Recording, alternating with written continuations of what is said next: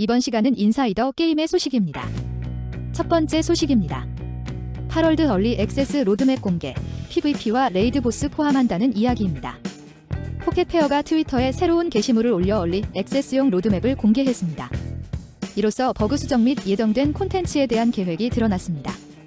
개발자들은 마침내 엔드게임 콘텐츠로 레이드 보스, PVP, 그리고 팔 아레나를 추가할 계획입니다. 또한 새로운 섬, 팔, 보스, 기술도 추가될 예정입니다. 하럴드는 현재 PC, 엑스박스 및 게임 패스에서 이용 가능합니다. 그러나 공식 FAQ에서는 플레이스테이션 5 버전이 나중에 출시될 수 있다고 언급되었습니다. 개발 중에 고려할 것이라고 합니다. 하럴드는 출시 후 8시간 만에 게임 100만 장을 판매했습니다.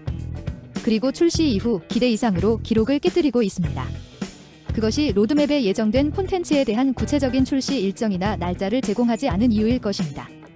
포켓페어는 현재 과도한 액세스 혼잡 및 기타 도전적인 상황으로 많은 문제를 겪고 있다고 설명했습니다. 따라서 오늘의 로드맵의 강조사항 중 일부는 어느 정도의 시간이 지나야 가능할 것입니다. 그리고 PVP나 스팀과 엑스박스 간의 크로스플레이 지원과 같은 기능들은 꽤 복잡해질 수 있습니다. 당분간 하럴드는 관심을 유지하는데 어려움을 겪지 않을 것입니다. 레이드 보스와 팔 아레나 추가는 계속해서 포켓몬과 비교되고 있습니다. 그들의 유사성으로 심각한 논쟁을 일으키고 개발자들은 죽음 위협을 받기도 했습니다. 또한 팔 자체에 대한 가능한 동물 학대에 대한 몇 가지 논란이 있었습니다. 두 번째 소식입니다. 하럴드 개발자, 죽음의 위협에 직면 중.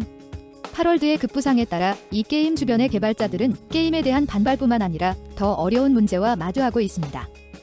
하럴드의 개발사인 포켓페어의 다수의 인사들에 따르면 하럴드의 개발자들과 아티스트들은 죽음의 위협을 받고 있다고 합니다. 이러한 위협은 게임이 포켓몬 표절이라는 주장에서 비롯된 것으로 보입니다.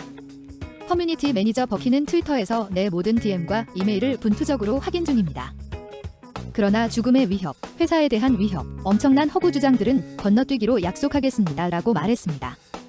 해당 스튜디오의 CEO인 미조베 다쿠로도 트위터에서 위협을 비난했습니다. 현재 우리는 아티스트에 대한 비방적인 코멘트를 받고 있으며 죽음의 위협으로 보이는 트윗도 보고 있습니다 라고 그는 말했습니다. 하럴드에 관한 여러 의견을 받아들이고 있습니다만 하럴드와 관련된 모든 작업은 저를 포함한 여러 사람에 의해 감독되고 있으며 제가 제작에 대한 책임을 지고 있습니다. 하럴드에 참여한 아티스트들에 대한 비방은 삼가주시기를 부탁드립니다.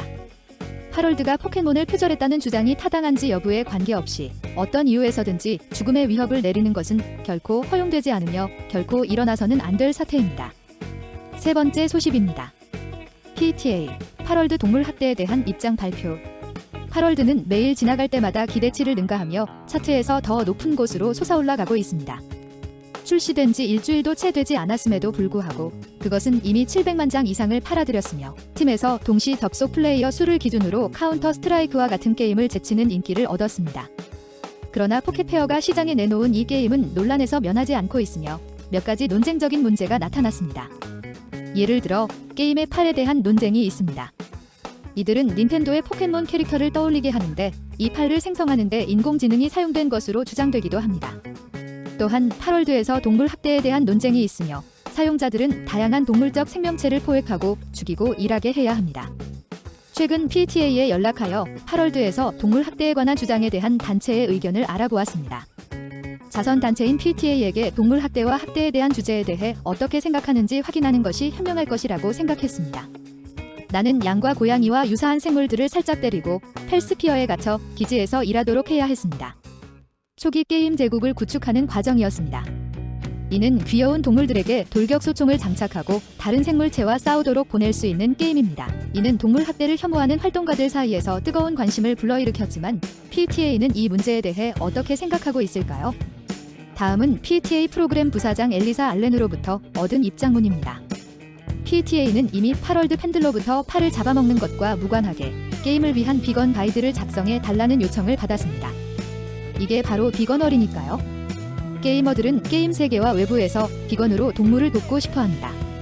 그러나 노예 노동 캠프를 세우고 팔을 죽음의 고통 속에서 일하도록 강요하는 부분에 대해서는 언급이 없었습니다. 네 번째 소식입니다. 포켓몬 컴퍼니, 하럴드의 지적재산권 침해 조사 발표. 하럴드가 공식적으로 포켓몬 컴퍼니의 주식 대상에 올랐습니다.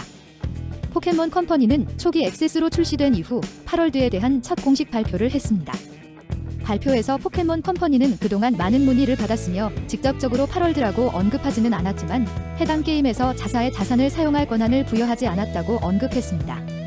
게임에서 포켓몬의 자산을 사용하는 것에 대한 우려로 인해 포켓몬 컴퍼니는 게임 및 개발사에 대한 잠재적인 지적재산권 침해에 대한 조사를 진행할 것이라고 밝혔습니다.